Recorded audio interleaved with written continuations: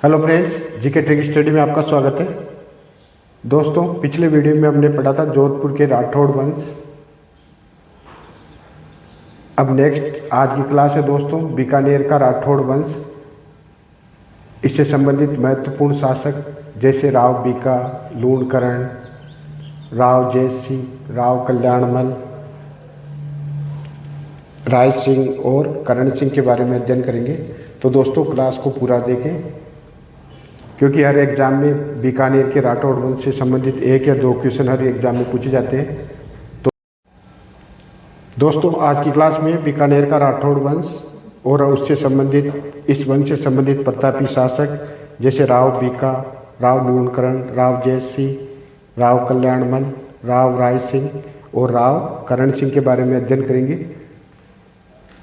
तो वीडियो को पूरा देखें। अगर क्लास अच्छी लगे तो अपने दोस्तों में आगे से आगे सेंड करें, सब्सक्राइब करें और बेल आइकन को प्रेस करना ना भूलें।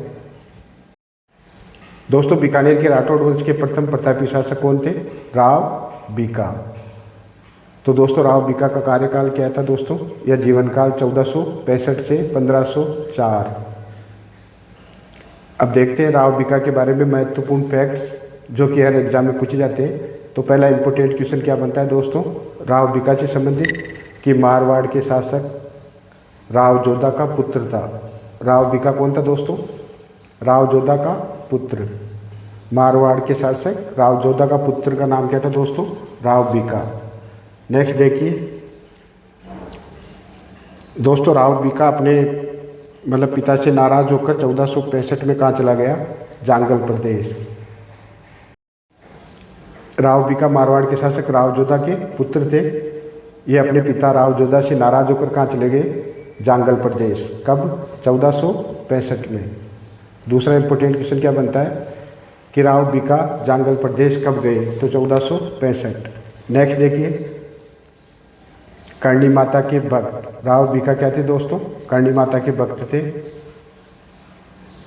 नेक्स्ट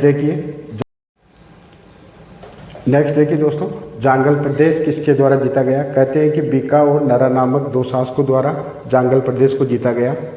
इस वजह से जांगल प्रदेश का नाम क्या पड़ा दोस्तों? बीकानेर। तो जांगल प्रदेश किसके द्वारा जीता गया? बीका और नरा नामक शासकों द्वारा। इस वजह से जांगल प्रदेश को क्या कहा जाता है? बीकानेर। नेक्स्ट देखिए दोस्तों पुंगल का राजा। तो पुंगल का राजा कौन था? राव सेका। तो दोस्तों राव बीका ने राव सेका की पुत्री से विवाह किया था। तो राव सेका कहाँ के शासक थे? पुंगल के। तो इसकी पुत्री से राव बीका के द्वारा उसकी पुत्री से विवाह किया गया। अब नेक्स्ट देखिए दोस्तों राव बीका ने राव सेका की पुत्री से विवाह किया। फिर अन्य महत्वपूर्ण फैक्ट देखिए 1488 में बीकानेर की स्थापना किसके द्वारा की गई? राव बीका के द्वारा। नेक्स्ट देखिए इस प्रकार बीकानेर राठौड़ सत्ता का कौन सा केंद्र बना? दूसरा केंद्र बन गया। तो बीकानेर की स्थापना किसके द्वारा की गई? राव बीका के द्वारा 1488 में। नेक्स्ट देखिए देशनोक बीकानेर। दोस्तों आप जानते हो करणी माता का मंदिर कहाँ है? तो देशनोक बीकानेर में।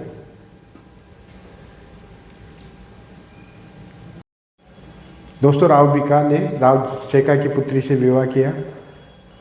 अब बात करते हैं दोस्तों बीकानेर की। तो बीकानेर की स्थापना कब हुई? 1488 में। किसके द्वारा? तो राठौड़ शासक राव बीका के द्वारा। इस प्रकार दोस्तों बीकानेर राठौड़ सत्ता का कौन सा केंद्र बना? दूसरा केंद्र बन गया। नेक्स्ट देखिए देशनोक बीकानेर। तो करणी माता का मंदिर कहाँ है दोस्तों? देशनोक बीकानेर में है। करणी माता के मूल मंदिर का निर्माता किसे कहा जाता है? राव बीका को। ये थे राव बीका से संबंधित महत्वपूर्ण फैक्ट्स। तो इनका रिवीजन कर लेते हैं। दोस्तों राव बीका ये 1465 से 1504 ईस्वी तक रहे। तो बीका कौन थे दोस्तों? मारवाड़ के शासक राव जोधा के पुत्र। वे अपने पिता से नाराज होकर कहाँ चले गए? 1465 में कहाँ चले गए दोस्तों? जांगल प्रदेश में। कहा जाता है कि करणी माता की कृपा से उन्होंने नए राज्य की स्थापना की। एक दूसरी मान्यता है कि दोस्तों जांगल प्रदेश को राव बीका और जाट सरदार नरा ने मिलकर जीता। इस वजह से इसे क्या कहा गया? बीकानेर।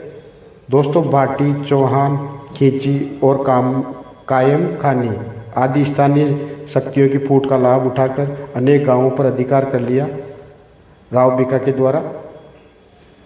अब पुंगल के राव शेखा की पुत्री, उनसे उनका विवाह हुआ, जबकि 1488 में क्या था दोस्तों, उन्होंने बीकानेर की स्थापना की और राठौड़ सत्ता का दूसरा केंद्र बनाया। अब नेक्स्ट देखिए, नेक्स्ट तथ्य क्या था दोस्तों, देशनोक में करणी माता का मंदिर स्थित है। इस मूल मंदिर का निर्माता किसे कहा जाता है, राव बीका को।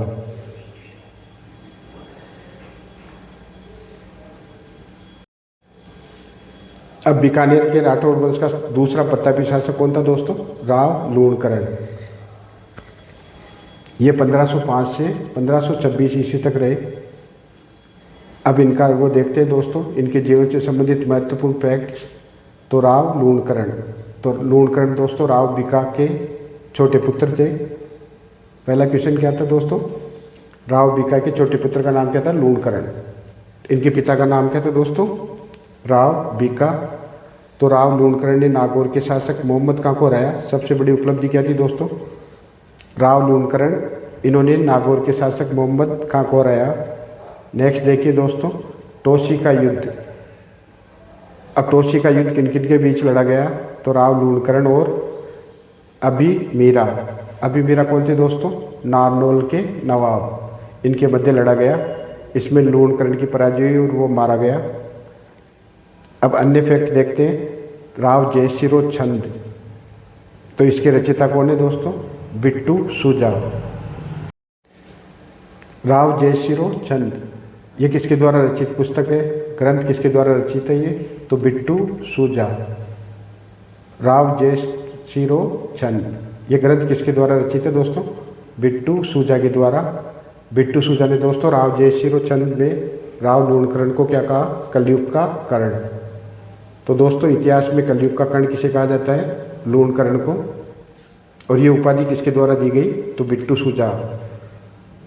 और वो पुस्तक का नाम क्या था जिसमें राव लूणकरण को कलयुग का कर्ण कहा गया है, तो वो पुस्तक का नाम है दोस्तों राव जयसिरो छंद। अब अन्य फैक्ट देखते हैं राव लूणकरण के बारे में। तो लूणकरण दोस्तों दानशीलता के लिए जाने जाते थे। करमचंद्र वंशोत्कीर्तन, ये काव्य, इस काव्य में दोस्तों लूणकरण को दानशीलता की तुलना किससे की गई है, कर्ण से की गई है। तो किस पुस्तक में लूणकरण की तुलना कर्ण से की गई है, तो करमचंद्र वंशोत्कीर्तन काव्य में। इस पुस्तक में दोस्तों लूणकरण की तुलना किससे की गई है, कर्ण से। दोस्तों लूणकरणसर झील, इसके निर्माता किसे कहा जाता है, तो राव लूणकरण, ये माने जाते हैं। लूणकरणसर झील का निर्माता किसे कहा जाता है, राव लूणकरण को। राव लूणकरण दोस्तों राव बीका के छोटे पुत्र थे। इन्होंने नागौर के शासक मोहम्मद खां को हराया। तो नागौर का शासक कौन था दोस्तों, मोहम्मद खां। इसको किसके द्वारा पराजित किया गया, राव लूणकरण के द्वारा। टोसी का युद्ध, ये 1526 ईस्वी में राव लूणकरण और अभिमीरा के मध्य लड़ा गया। अभिमीरा कौन थे दोस्तों, नारनौल के शासक, नारनौल के नवाब। इसमें दोस्तों पराजित कौन हुआ, लूणकरण, और वो मारे गए। इनके दरबारी कवि का नाम क्या था दोस्तों, बिट्टू सूजा। अब बात करते हैं बिट्टू सूजा की पुस्तक के बारे में, या ग्रंथ, महत्वपूर्ण ग्रंथ कौन सा था उनका, तो राव जयसिरो छंद। राव जयसिरो छंद किसके द्वारा रचित है, बिट्टू सूजा के द्वारा। इस पुस्तक में दोस्तों राव लूणकरण को बिट्टू सूजा ने क्या कहा, कलयुग का कर्ण। अब अन्य फैक्ट देखते हैं, तो करमचंद्र वंशोत्कीर्तन काव्यम, इस ग्रंथ में दोस्तों लूणकरण की दानशीलता की तुलना किससे की गई है, कर्ण से। और अंतिम फैक्ट क्या था दोस्तों, लूणकरणसर झील, तो इसका निर्माता किसे कहा जाता है, राव लूणकरण। ये थे लूणकरण से संबंधित महत्वपूर्ण तथ्य। अब नेक्स्ट देखते हैं बीकानेर का प्रतापी शासक राव जैत सिंह। ये 1526 से 1541 ईस्वी तक रहे। अब इनके बारे में महत्वपूर्ण तथ्य या फैक्ट देखते हैं। तो 1544 ईस्वी में काबुल के शासक कामरान को पराजित किया राव जैत सिंह ने। काबुल के शासक कामरान को पराजित कब किया? 1544 में। ये कामरान कौन थे दोस्तों? तो कामरान मुगल शासक हुमायूं के भाई थे। इनको हराया किसके द्वारा? राव जयसिंह के द्वारा। कब? 1544 ईस्वी में। नेक्स्ट देखिए, इस युद्ध का वर्णन किस पुस्तक में मिलता है दोस्तों? तो राव जयसिंह छंद। इसके रचयिता कौन है? बिट्टू सूजा।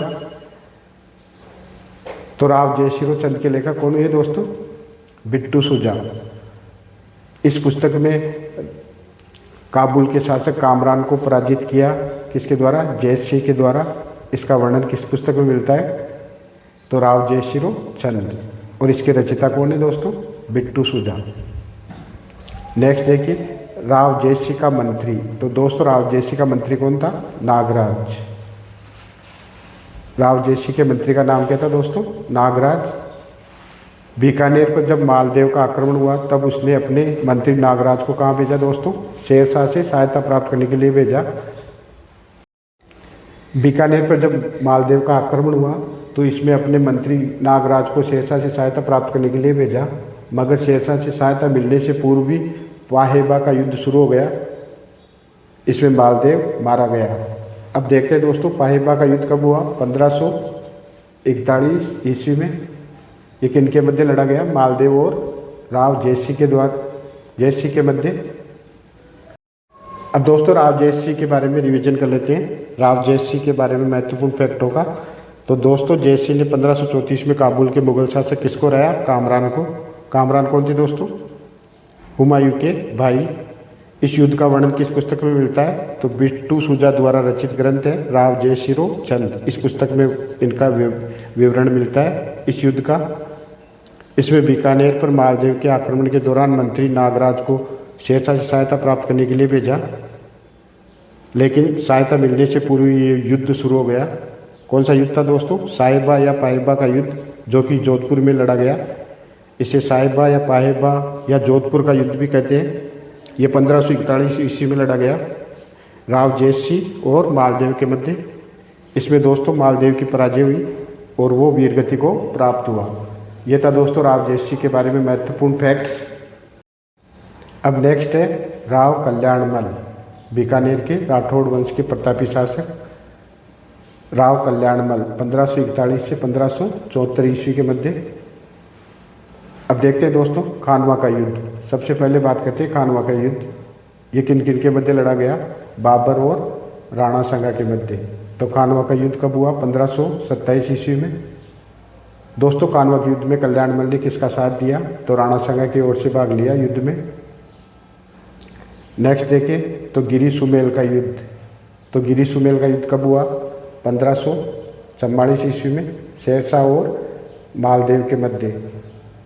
गिरी सुमेल का युद्ध कब हुआ? 1544 ईस्वी में, शेरशाह और मालदेव के मध्य। इस युद्ध में से दोस्तों कल्याणमल ने किसका साथ दिया? शेरशाह का। दोस्तों गिरी सुमेल का युद्ध 1544 ईस्वी में हुआ, शेरशाह और मालदेव के मध्य। इस युद्ध में कल्याणमल ने दोस्तों शेरशाह की ओर से भाग लिया और बटनेर के दुर्ग पर अधिकार कर लिया। अब बात करते हैं नागौर दरबार की। तो अकबर के द्वारा नागौर दरबार कब आयोजित हुआ? 1570 में। तो ये प्रथम राठौड़ शासक थे जिन्होंने मुगल अधीनता स्वीकार की। दोस्तों नागौर दरबार का आयोजन कब किया गया? 1570 में अकबर के द्वारा। तो पहला राठौड़ शासक जिसने मुगल अधीनता स्वीकार की उसका नाम क्या था दोस्तों? कल्याणमल। आप जानते हो दोस्तों कल्याणमल के पुत्र का नाम क्या था? उनके दो पुत्र थे, राय सिंह और पृथ्वीराज। पृथ्वीराज एक कवि थे, जबकि राय सिंह कौन थे दोस्तों? राय सिंह जोधपुर का प्रशासक नियुक्त किया गया अकबर के द्वारा। राय सिंह को जोधपुर का प्रशासक नियुक्त किया गया, जबकि पृथ्वीराज अकबर के दरबारी कवि थे। इनके द्वारा प्रसिद्ध पुस्तक कौन सी थी दोस्तों? बैली किशन रुक्मणीरा ग्रंथ। ये किसके द्वारा रचित है? पृथ्वीराज के द्वारा। पहला राठौड़ शासक जिसने मुगल अधीनता स्वीकार की उनका नाम क्या था? कल्याणमल। अब दोस्तों आप जानते हो कल्याणमल के दो पुत्र थे, एक तो राय सिंह, दूसरा पृथ्वीराज। पृथ्वीराज एक कवि थे, जबकि राय सिंह को अकबर ने दोस्तों 1572 में जोधपुर का प्रशासक नियुक्त किया था। और पृथ्वीराज कौन थे? ये अकबर के दरबारी कवि। इनके द्वारा रचित महत्वपूर्ण ग्रंथ कौन सा है? बेली किशन रुक्मणीरी ग्रंथ, ये किसके द्वारा रचित है? पृथ्वीराज। अब दोस्तों राव कल्याणमल के बारे में हमने इस क्लास में जो कुछ पढ़ा उसका रिवीजन कर लेते हैं। दोस्तों राव कल्याणमल ये 1541 से 1574 ईस्वी तक रहे। तो कल्याणमल ने खानवा के युद्ध जो कि 1527 ईस्वी में राणा सांगा और बाबर के मध्य लड़ा गया, इसमें किसका साथ दिया? राणा सांगा का साथ दिया कल्याणमल ने। कल्याणमल ने दोस्तों 1544 ईस्वी में गिरी सुमेल के युद्ध में मालदेव के विरुद्ध शेरशाह की ओर से भाग लिया। तो गिरी सुमेल युद्ध में शेरशाह की ओर से किसने भाग लिया? कल्याणमल ने। और इन्होंने बटनेर के किले पर अधिकार कर लिया। अब 1570 ईस्वी में अकबर ने नागौर दरबार का आयोजन किया था, तो उसमें मुगल अधीनता स्वीकार कर ली। तो कल्याणमल मुगल अधीनता स्वीकार करने वाले पहले राठौड़ शासक थे दोस्तों। कल्याणमल के दोस्तों दो पुत्र थे, पहला राय सिंह और दूसरा पृथ्वीराज। राय सिंह को तो अकबर ने 1572 में दोस्तों जोधपुर का प्रशासक नियुक्त कर दिया, जबकि दूसरा पुत्र कौन था दोस्तों? पृथ्वीराज। तो पृथ्वीराज दोस्तों अकबर का दरबारी कवि था। तो पृथ्वीराज एक दरबारी कवि थे। बेली किशन रुक्मणीरी ये ग्रंथ किसके द्वारा लिखा गया है दोस्तों? कवि पृथ्वीराज के द्वारा। तो पृथ्वीराज कौन थे दोस्तों? अकबर के दरबारी कवि। ये थे राव कल्याणमल से संबंधित महत्वपूर्ण फैक्ट्स। अब नेक्स्ट है राव राय सिंह 1574 से 1612 ईस्वी। अब राय सिंह के बारे में देखते हैं दोस्तों महत्वपूर्ण जानकारी।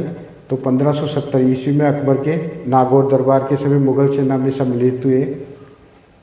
नेक्स्ट देखिए, गुजरात और कंधार अभियान में अपनी वीरता दिखाई।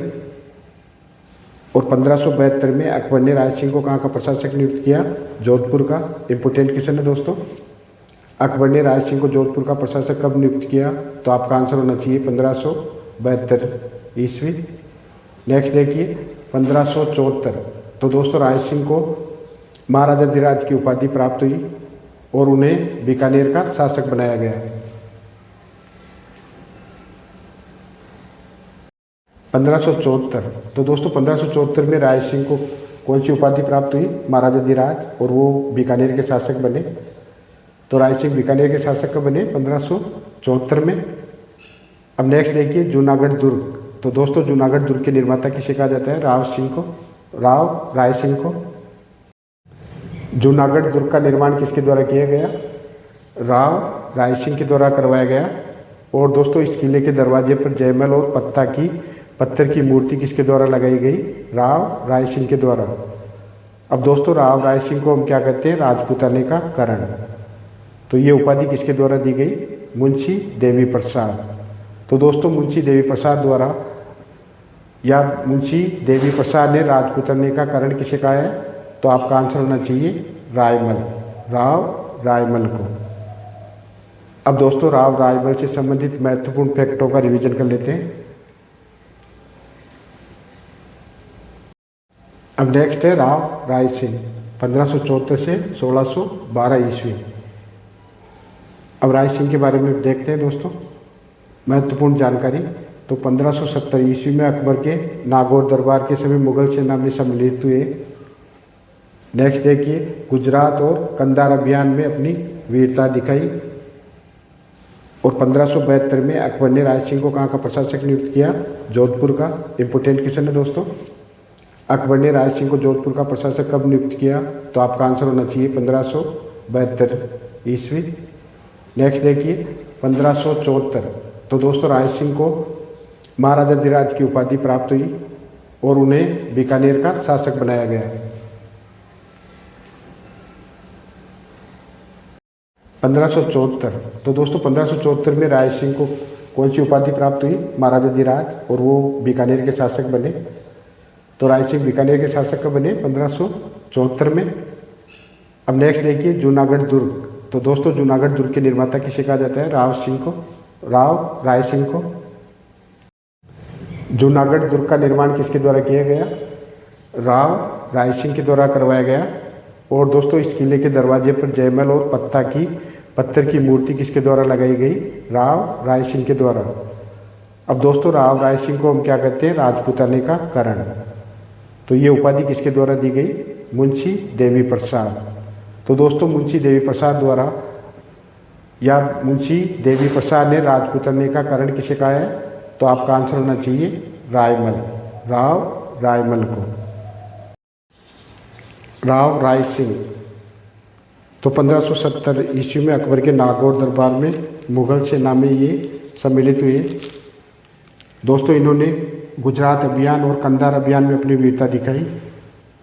अकबर ने 1572 ईस्वी में जोधपुर का प्रशासक इन्हें नियुक्त किया। अकबर के द्वारा राय सिंह को दोस्तों 1572 में जोधपुर का प्रशासक नियुक्त किया गया।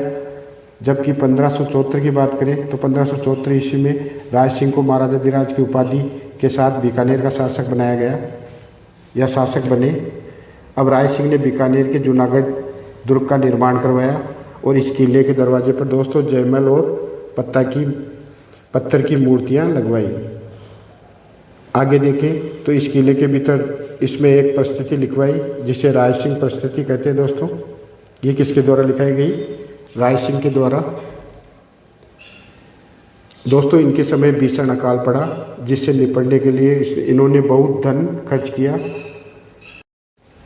मुंशी देवी प्रसाद ने इन्हें राजपूताने का करण की संज्ञा दी। ये थे राय सिंह से संबंधित महत्वपूर्ण फैक्ट्स। अब आगे देखते हैं दोस्तों राव करण सिंह 1631 से 1668 ईस्वी। तो दोस्तों शाहजहाँ के दक्षिण अभियान में इन्होंने महत्वपूर्ण योगदान दिया। मतिरे की राड़, तो दोस्तों ये 1642 से 1644 ईस्वी में लड़ी गई। तो मतिरे का राड़ दोस्तों ये किन किन के मध्य हुई? तो अमर सिंह और करण सिंह के मध्य। जाकलिया गांव की सीमा विवाद को लेकर ये युद्ध था दोस्तों। तो दोस्तों मतिरे की राड़ अमर सिंह और करण सिंह के मध्य लड़ा गया एक युद्ध है। ये जाकलिया गांव की सीमा को लेकर एक विवाद था, इस वजह से ये युद्ध हुआ। तो मतिरे की राड़ कब हुई? 1642 से 1644 ईस्वी में। अब देखते हैं मुगल उत्तराधिकारी विवाद। तो इनमें करण सिंह दोस्तों तटस्थ है। नेक्स्ट देखिए सुख सप्तति ग्रंथ, ये किसके द्वारा रचित है? चिंतामणि के द्वारा। दोस्तों इस पुस्तक में राव करण सिंह को क्या बताया गया है? जालंधर का बादशाह। नेक्स्ट देखिए साहित्य कल्पद्रुम, इसके राइटर कौन है? राव करण सिंह। करणभूषण और काव्य डाकिन, ये पुस्तक किसके द्वारा रचित है? गजानंद मैथिली के द्वारा। ये थे राव करण सिंह से संबंधित महत्वपूर्ण फैक्ट, इनका रिवीजन कर लेते हैं। दोस्तों मतिरे की राड़ अमर सिंह और करण सिंह के मध्य लड़ा गया एक युद्ध है। ये जाकलिया गांव की सीमा को लेकर एक विवाद था, इस वजह से ये युद्ध हुआ। तो मतिरे की राड़ कब हुई? 1642 से 1644 ईस्वी में। अब देखते हैं मुगल उत्तराधिकारी विवाद। तो इनमें करण सिंह दोस्तों तटस्थ है। लेकिन नेक्स्ट देखिए सुख सप्तति ग्रंथ, ये किसके द्वारा रचित है? चिंतामणि के द्वारा। दोस्तों इस पुस्तक में राव करण सिंह को क्या बताया गया है? जालंधर का बादशाह। नेक्स्ट देखिए साहित्य कल्पद्रुम, इसके राइटर कौन है? राव करण सिंह। करणभूषण और काव्य डाकिन, ये पुस्तक किसके द्वारा रचित है? गजानंद मैथिली के द्वारा। ये थे राव करण सिंह से संबंधित महत्वपूर्ण फैक्ट, इनका रिवीजन। तो दोस्तों जीके ट्रिक स्टडी को फॉलो करें, सब्सक्राइब करें और बेल आइकन को प्रेस करना ना भूलें। मैं ओपी कुमार, थैंक्स।